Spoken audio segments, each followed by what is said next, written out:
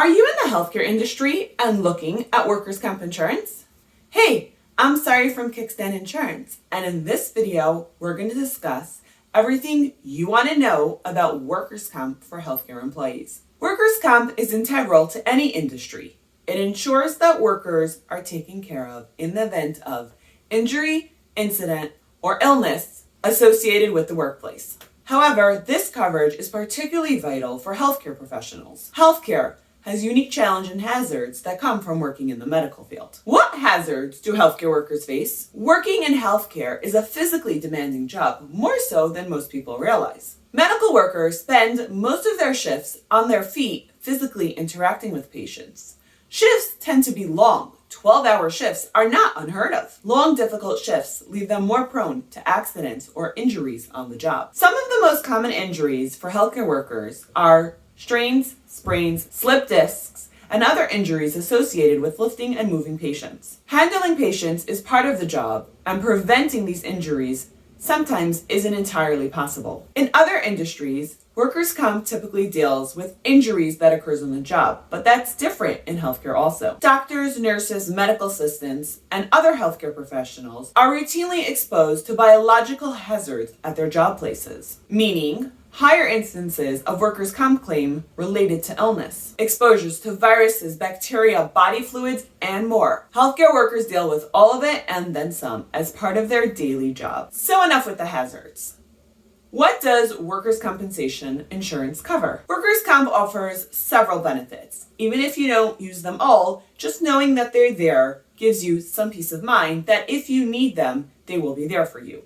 Let's discuss some of them. Workers' comp will cover medical costs. Medical costs can range from short-term diagnostic to long care treatment. They will cover anything from doctor's appointments and therapy to reasonable mileage reimbursement, traveling to and from the doctors and the therapy. Another benefit is lost wages. Depending on the state, the employee may start receiving reimbursement beginning 5 days after missing work, or whatever period is set by the state regulations. The amount of reimbursement differs depending on the extent of the injury and the state rate. Generally speaking, employees will receive 2/3 of their average weekly wage. Those suffering from total disability or impairment as a result of their injury will typically receive higher payments. Another benefit workers' comp provides is coverage for funeral and burial expenses. Now, no one wants to think about employees getting hurt to the extent that they get killed on the job. However, it does happen at times. Workers' comp will cover funeral and burial costs,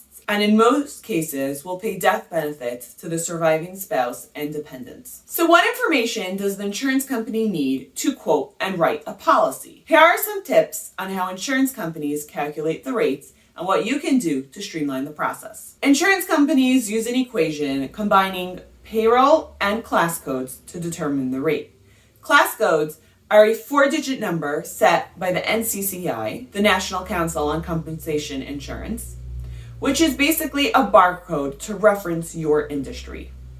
Every industry has a set rate that the insurance company will use to calculate your insurance costs. These rates are based on the level of risk that your employees have to get hurt. Like everything else in the workers' comp world, rates will vary from state to state. The most common codes for healthcare workers are: the first code is 8824. This covers the healthcare workers that work in retirement living centers, assisted living homes, and nursing homes. The code 8826 would cover all non-healthcare employees that work in those homes as well. Use code 8831 for vets and anyone who works with them in their office. Use code 8832 for all doctors, dentists, and anyone else who works in their office.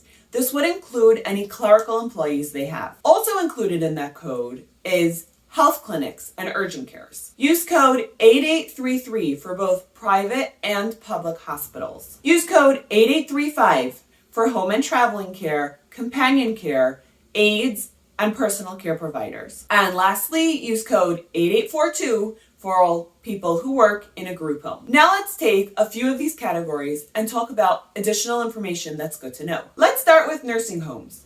Underwriters want to make sure that everyone in the home, including outside vendors and subcontractors, are covered by a workers' comp policy. So, ask them to provide you with their workers' comp certificate of insurance so you have proof of their coverage. Nursing staff in a nursing home is covered under 8824, whereas in other healthcare settings, they are covered under 8832. Non-healthcare workers in a nursing home are covered under class code 8826. Additionally, if you provide non-emergency transportation to patients, it needs to be classified slightly differently, and you should inform the underwriter of this. Now let's talk about group homes. Insurance companies will typically want to know the patient's age and condition. They are trying to assess if the patients are ambulatory or require frequent handling and lifting. If patient lifting is involved, are your staff trained in safety procedures? Which brings us to our next point.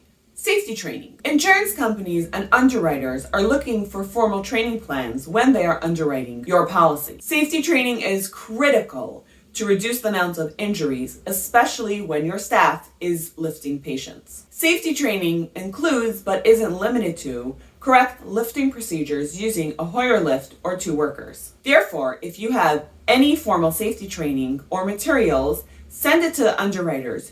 You may even score a little discount. Does workers' comp cover home health workers? The short answer is yes. There are a few specific things to keep in mind though. A lot of agencies employ nurses and aides as 1099s rather than a W-2. All 1099 employees must be covered by a workers' comp insurance policy. If they have coverage from somewhere else, they can give you their certificate of insurance proving their coverage. If not, you have to include them in your insurance policy. If the aide is providing transportation to the grocery store, to a doctor's visit, the underwriters will require motor vehicle records to check on the safety records of that employee. You might want to consider not hiring people who have bad driving records, because this will affect your workers' comp policy. As you can see, the healthcare industry is brimming with risks for the people who work in it, and workers' comp insurance isn't just recommended, it's a necessity. Here at Kickstand, we're ready to help you get the right policy for your healthcare business. You can head to kickstandinsurance.com and get a workers' comp quote within minutes for home health, clinics, nursing homes, and more. Good luck! Remember to like and subscribe for more business and insurance tips. See you next time!